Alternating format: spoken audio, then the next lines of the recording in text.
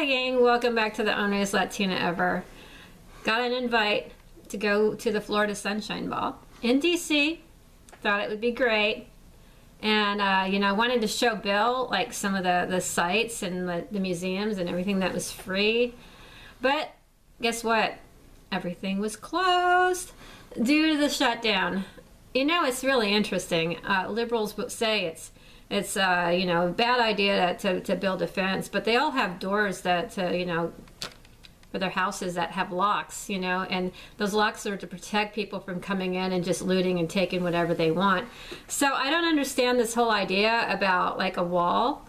And what really gets me is we have money to go and spread out all over the world, all over the globe, but we just don't have money for a wall, which is chunk change when you look at the scope of everything. But you know what? Maybe it's no sweat off their backs, that police officers are being taken down and people, normal everyday citizens, are being injured by illegal immigrants. And if that's racist, so be it. One of the nicest things ever was I've never been invited to anything nice. Even though I canvassed for a few guys and they had these after parties and I was excluded from that. In fact, you know what? One guy even paid me. And then at the very end, he completely dissed me, and I didn't even get an invite to his party. I spent like 3 months on his campaign, making $12 an hour. I'm not going to mention his name, but I didn't get an invite to his after party. But you know what?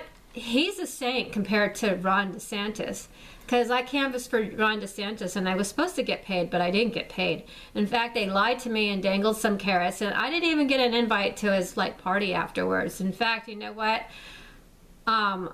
I actually got an invite to Rick's party, which was really awesome. You know why? Because I didn't see the normal group there, which was really good. I saw some other Hispanic people like myself, and I go, maybe I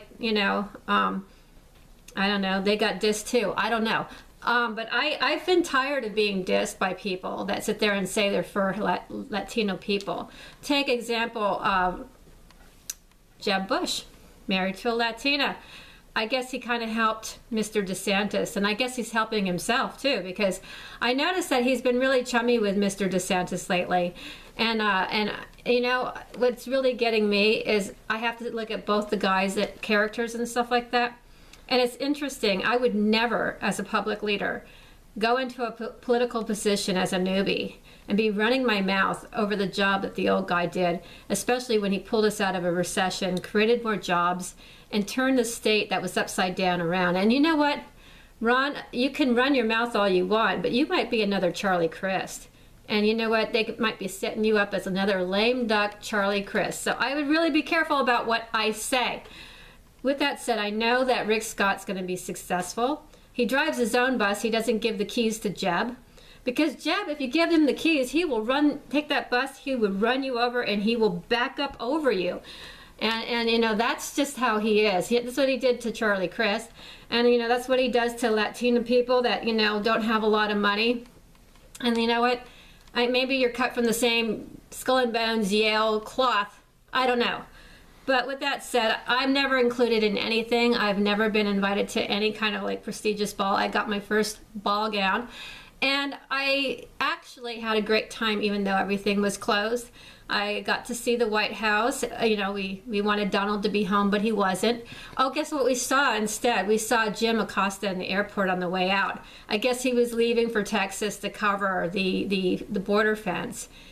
He was saying that he didn't see any problems down there where there was a fence. But, hey, Jim, by the way, there was a fence there. That's why there was no problems, You have a fence and you're not going to see any problems because fences are good.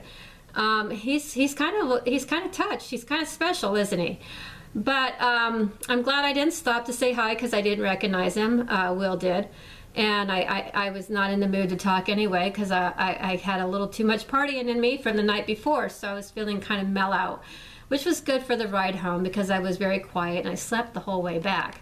So with that said, I know that our senator, who has lots of experience, would make a great, because he was a governor, he's going to make an even better senator. And I think he's a great guy and he cares about people, and he also has integrity. With Rick, if he says that something, he does it. He's not gonna lie to you about something. It's like, do you want to canvas for me? And it's like, sure, if you pay me. And then, no, I'm not going to pay you. And then I'm like, no, I'm not going to canvas for you. And then that's it. The end of the subject. He's not going to say, well, if you canvas for me, you get this or that. He doesn't do that kind of stuff. He kind of lets you know where it is. Where Ron Desantis, completely was advertising. And I even have it in writing, Ron. I saved all my texts from your little campaign guy, Benny. So anyway, so you want to be chintzy, go right ahead, be chintzy. You want to shit talk people, go right ahead and shit talk people. But what I have to say is what comes around goes around. And that's just that, you really don't have a lot of money right now to start. And I know you have to hobnob with some of these people to keep afloat. But before you bash somebody that's been 8 years as our governor, I think you should serve your time out first. And then if you want to say something at the end of the 8 years, if you make it that long, then go right ahead. Have a great day. God bless.